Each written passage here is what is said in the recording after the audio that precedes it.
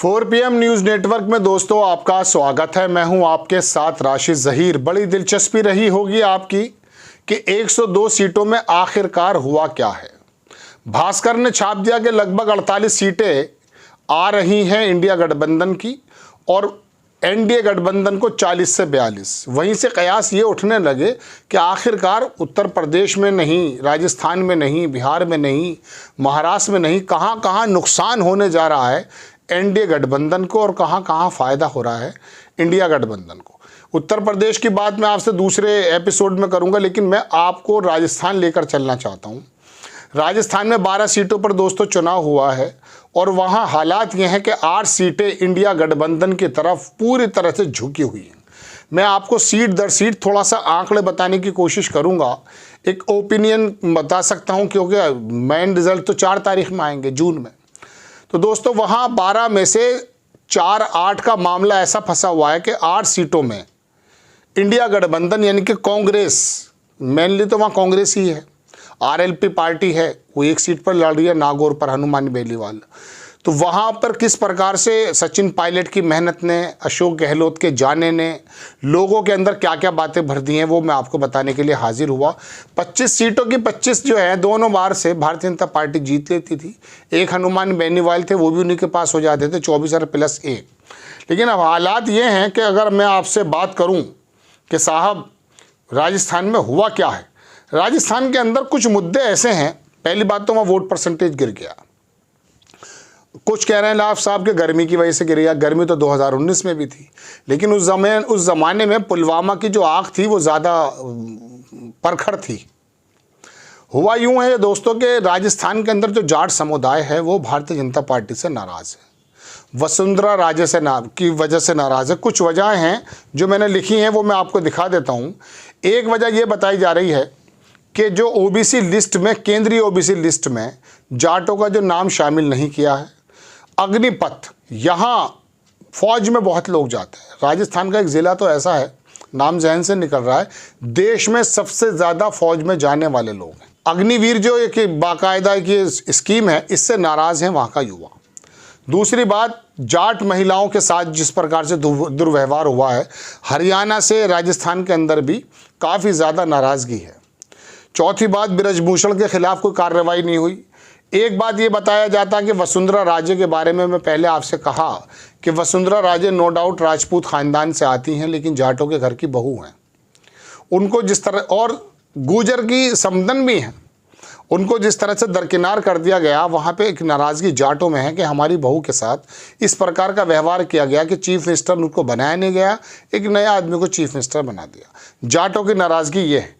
सतीश पूनिया को हटाना, जाटों की टिकट में अनदेखी और राहुल कस्वा का टिकट काटना, ये 4-5 चीज़ें मुझे लगी कि जिसकी वजह से शायद वहाँ पर हालात बदल गए।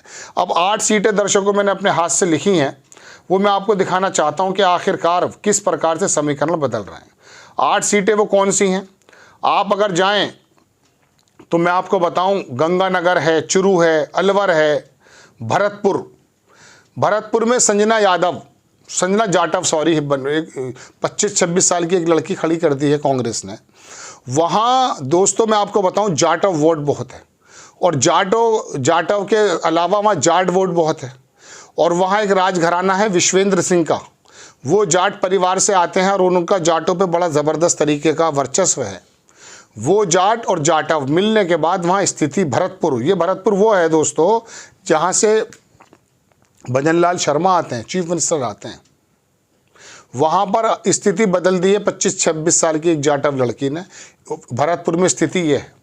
दूसरी बात आपको बताऊँ, चुरू और संजना और तुम्हारा झुंझुनू में आपको याद होगा शीश राम ओला एक जाटों के नेता हुआ करते थे, उनके बेटे वहाँ से खड़े हैं, बड़ी ज़बरदस्त टक्कर है।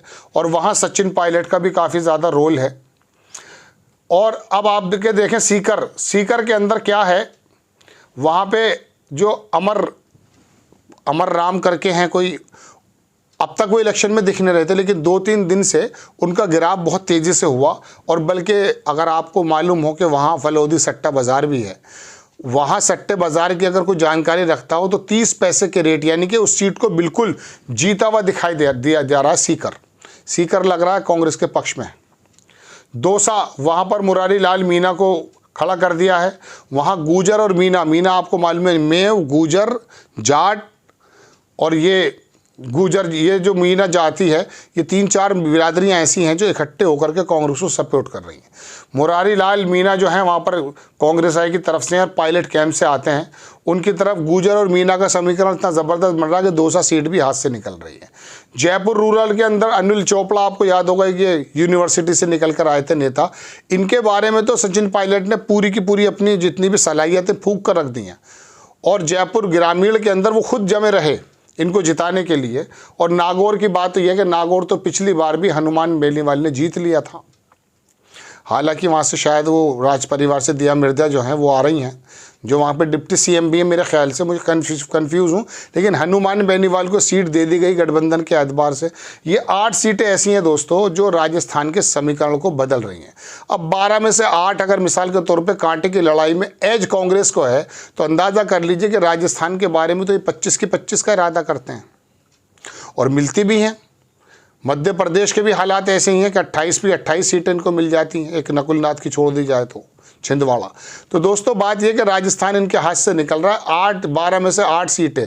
अब अगला जो चुनाव है वो 13 सीटों पर है, उसके अंदर हालात क्या हैं वो मैं जब तब बताऊंगा। लेकिन फिलहाल राजस्थान के अंदर से 4 और 8 का जो रेशियो निकल रहा है, लोग जो जानकार बता रहे हैं, वो भारतीय जनता पार्टी के उस पूरे के पूरे कह सकता हूँ वर्चस्व पे डेंट लगाने के लिए काफ़ी है।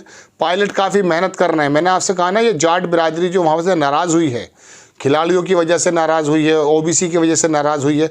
और दूसरी बात, एक बात यह भी हुआ कि कांग्रेस ने, इनका एक नेता है जाटों में से, नाम मेरे जहन से निकल रहा है, उसी को पीसीसी का प्रेसिडेंट बना दिया। तो बात यह दोस्तों कि अब ये हालात वहाँ पर अगर हैं, उनका नाम था गोविंद सिंह, पीसीसी, जो राजस्थान के जो कांग्रेस के अध्यक्ष हैं, उसको जाट समुदाय से बना दिया। तो कांग्रेस जो है कई बरस बाद, वो जाट जो है कई बरस बाद कांग्रेस की तरफ जाता हुआ दिख रहा है, जिसकी वजह से समीकरण बदल रहे हैं। तो एक सबसे बड़ा समीकरण और बताऊंगा, अशोक गहलोत को गए हुए जुम्मा 8 दिन हुए हैं, वहाँ लोग उनको याद कर रहे हैं।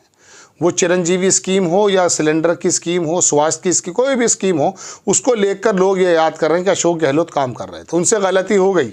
अब उसमें ईवीएम का दखल है या वीवीपैट का हम नहीं कह सकते, लेकिन अशोक गहलोत के जाने के बाद कुछ महीनों बाद ही वहाँ पर अशोक गहलोत को बहुत ज़्यादा याद किया जा रहा है।